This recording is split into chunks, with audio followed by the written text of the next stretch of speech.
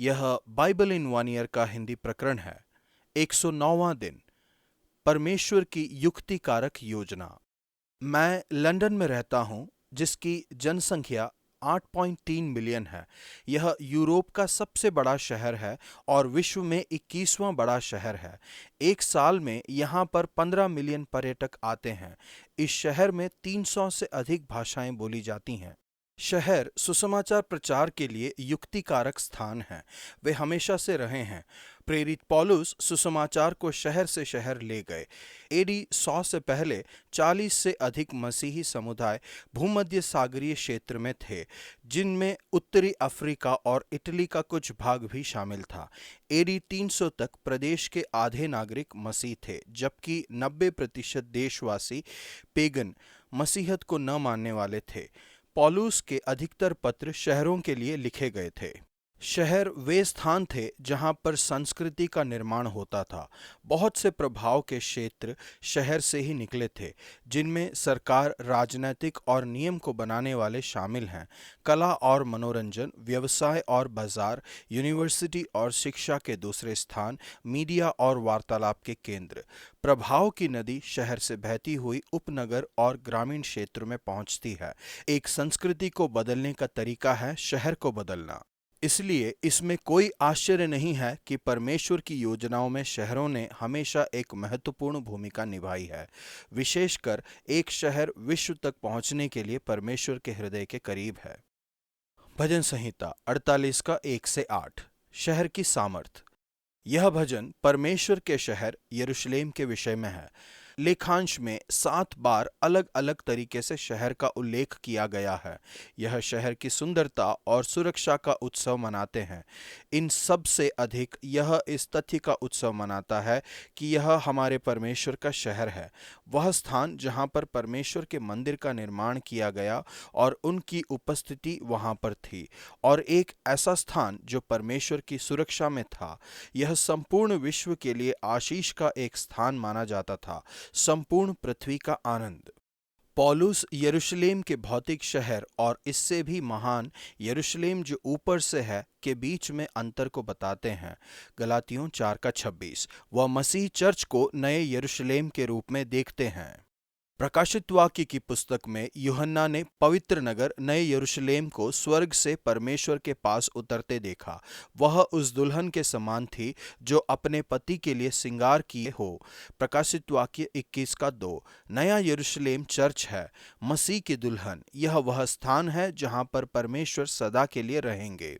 Church को अद्भुत होना चाहिए, ऊंचाई में सुंदर और सारी पृथ्वी के हर्ष का कारण। भजन संहिता 48 का 2। हमें यहाँ पर परमेश्वर की उपस्थिति को महसूस करना चाहिए, उनकी सुरक्षा को जानना चाहिए और अपने आसपास के विश्व के लिए एक आशीष बनना चाहिए। परमेश्वर, चर्च में आपकी उपस्थिति के लिए आपका धन्यवाद, ताकि हम विश्व के लिए एक आशीष का कारण बने। नया नियम लूका 19 का 11 से 44 तक। शहर के लिए जोश। जैसे ही यीशु यरूशलेम शहर के पास पहुंचते हैं, वह मोहरों के दृष्टांत को बताते हैं। यह एक दृष्टांत है जो परमेश्वर के राज्य और पृथ्वी के शहर के लिए परमेश्वर की योजनाओं के विषय में उनकी बातें सुनने वालों की धारणा को चुनौती देता है।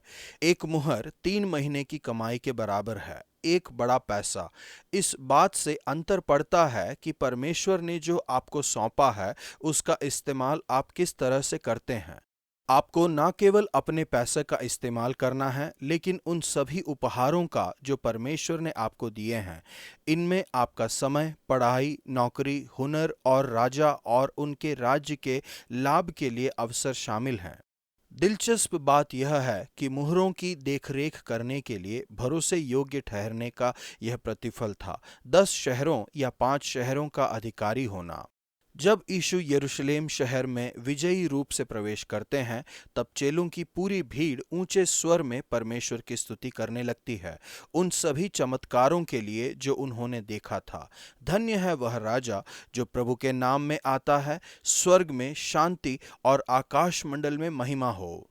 वे यीशु को आने वाले मसीहा के रूप में देखते हैं, जो यरूशलेम शहर में राज्य करेंगे, दाऊद राजा के सभी वादों को पूरा करते हुए, शहर को इसके रोमी बंदी बनाने वालों से छुटकारा देते हुए। किंतु यीशु के पास एक अलग उद्देश्य था। जैसे ही वह यरूशलेम में आते हैं, वह शहर पर दुख व्यक्त करते हैं। यीशु शहर के विषय में उत्साहित थे और इस पर उन्हें दया आ रही थी। वह यरूशलेम पर भविष्य में आने वाले विनाश को देख लेते हैं, जो कि एडी 70 के वर्ष में आने वाला था। मंदिर का पुनर्निर्माण नहीं किया गया और यरूशलेम का शहर एक ऐसा स्थान है जिस पर बहुत से आंसू बहाए गए हैं। दुख की बात यह थी कि यरूशलेम ने परमेश्वर के आगमन के समय को नहीं पहचाना। परमेश्वर यीशु के रूप में आए थे, फिर भी यरूशलेम में अपनी मृत्यु और पुनरुत्थान के द्वारा उन्होंने एक नए यरूशलेम को संभव बनाया।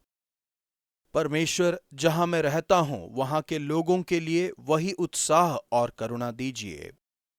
पुराना नियम व्यवस्था विवरण 30 का 11 से 31 के 29 तक। शहर का व्यक्ति। क्या आपने अपने आप को कभी संदेह, डर या उदासी, व्याकुलता के विचारों में बेचैन पाया है? ये सामान्य मानवीय भावनाएं हैं। मूसा ने इनका सामना किया और वह जानते थे कि उनके वारिस यहोशू और सभी लोगों को न केवल भौतिक लड़ाई बल्कि दिमाग की लड़ाई का भी सामना करना पड़ेगा। जैसे ही मूसा के जीवन का अंत समय निकट आता है, वह लोगों को परमेश्वर के पीछे जाने के लिए चिताते हैं। वह उन्हें चिताते हैं कि परमेश्वर से प्रेम करें और उनके रास्तों में चलें। वह उन्हें मन फिराने और परमेश्वर की आज्ञा का उल्लंघन करने के विरोध में चेतावनी देते हैं। वह उन्हें उत्साहित करते हैं कि जीवन का चुनाव करें। आपके दिमाग से इस चुनाव की शुरुआत होती है। आपके विचार आपके शब्द बन जाते हैं, आपके शब्द आपके कार्य बन जाते हैं। हर दिन जीवन देने वाले विचारों को चुनें। मूसा का वारिस यहोशू है। वह परमेश्वर के लोगों का नया लीडर है। वह आगे आने वाली बहुत सी लड़ाइयों का सामना करेगा। उससे कहा गया, मजबूत और साहसी बनो, तेरे आगे चलने वाला यहोवा है। वह तेरे संग रहेगा और न तुझे धोखा देगा और न छोड़ देगा। इसलिए मत डर और तेरा मन कच्चा न हो। 31 का 6 और 8। मूसा ने यह नहीं कहा होता यदि वहां पर डरने और निराश होने का कोई कारण न होता। इसके बजाय वह जानते थे कि आगे डर और बहुत सी निराशा की वजह होगी। हर प्रकार की लीडरशिप में एक दर्शन की पकड़ रहने के लिए साहस और रास्ते में आने वाली हर कठिनाई के लिए दोष को सहने की कठोरता का होना आवश्यक है। उन दिनों में और भी परमेश्वर के लोगों को मजबूत लीडरशिप की आवश्यकता होती है, जो कि साहसी है और डरते नहीं हैं या आगे आने वाले विरोध और अड़चन के द्वारा निराश नहीं होते हैं। डर का उत्तर यह है, परमेश्वर वायदा करते हैं कि वह उनके साथ जाएंगे। प्रभु तुम्हारे परमेश्वर तुम्हारे साथ जाएगा। आज परमेश्वर आपसे और मुझसे यही वादा कर रहे हैं। जब आप पर संदेह और डर का प्रहार होता है, तब याद रखिए कि जहां कहीं आप जाते हैं, आपकी परिस्थिति जैसी भी है, आप परमेश्वर से मांग सकते हैं कि वह आपके आगे चलें और रास्ते को तैयार करें। इसलिए आप निर्भीक हो सकते हैं और आपको डरने की आवश्यकता नहीं है। फिर मूसा उनसे कहते हैं, मंदिर वाले पर्व पर जब सब इस्राएली तेरे परमेश्वर यहोवा के उस स्थान पर जिसे वह चुन लेगा आकर इकट्ठे हों, तब वह व्यवस्था सब इस्राएलियों को पढ़कर सुनाना। निश्चित ही जिस स्थान को वह चुनेंगे वह यरूशलेम शहर है। मंदिर वाले पर्व पर लोग यरूशलेम जाएंगे उस समय का उत्सव मनाने के लिए, जब परमेश्वर ने मूसा के द्वारा जंगल में एक चट्टान में से पानी बाहर निकाला था। वे परमेश्वर को धन्यवाद देंगे पिछले वर्ष में पानी को प्रदान करने के लिए और प्रार्थना करेंगे कि आने वाले वर्ष में भी वह ऐसा ही करें। पानी को परमेश्वर के अनुग्रह के एक चिन्ह और आत्मिक ताजगी के एक प्रतीक के रूप में भी देखा जाता है। उदाहरण के लिए 1 कुरिन्थियों 10 का 3 और 4। मंदिर वाले पर्व के अंतिम और महान दिन पर यीशु खड़े हुए और घोषणा की, यदि कोई प्यासा है तो वह मेरे पास आए और पिए। जो मुझ में विश्वास करता है, जैसा कि वचन ने कहा है, उसमें से जीवित जल की धाराएं बहेंगी। यूहन्ना 7 का 37 और 38। वह बता रहे थे कि ये वायदे एक स्थान में नहीं बल्कि एक व्यक्ति में पूरे होंगे। यीशु में से जीवन के जल की नदियां बहेंगी। इसी आधार पर जीवन जल की धाराएं हर मसीह में से बहेंगी, जो कोई मुझ में विश्वास करता है। पद 38। यीशु कहते हैं, आप में से यह नदी बहेगी, दूसरों के लिए जीवन, फलदायीपन और चंगाई को लाते हुए। प्रकाशित वाक्य की पुस्तक में इसी चित्र को दोबारा से लिया गया है, जहां पर हम यरूशलेम शहर की परिपूर्णता को देखते हैं। प्रकाशित वाक्य 22 का 1 से 3। जैसा कि बाइबल के इतिहास के आरंभ में अदन से एक नदी बही थी, उत्पत्ति 2 का 10, इसीलिए अब अंत के समय में नए स्वर्ग और पृथ्वी में परमेश्वर के इस शहर से एक नदी बहती है, जहां पर परमेश्वर मनुष्यों के साथ सदा के लिए अपने घर को बनाते हैं। परमेश्वर आपका धन्यवाद, क्योंकि आप सर्वदा मेरे साथ रहने का वायदा करते हैं और क्योंकि आप मुझे कभी नहीं छोड़ेंगे और ना कभी त्यागेंगे। मुझे अपनी पवित्र आत्मा से भर दीजिए ताकि आज मेरे हृदय से जीवन के जल की धाराएं बह सकें। व्यवस्था विवरण 31 का 6।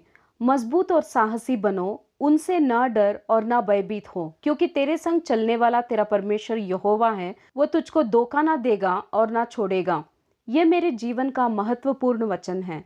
आज का वचन, और तेरे आगे आगे चलने वाला यहोवा है, वह तेरे संग रहेगा और ना तो तुझे धोखा देगा और ना छोड़ देगा। इसीलिए मत डर और तेरा मन कच्चा ना हो। व्यवस्था विवरण 31 का 8।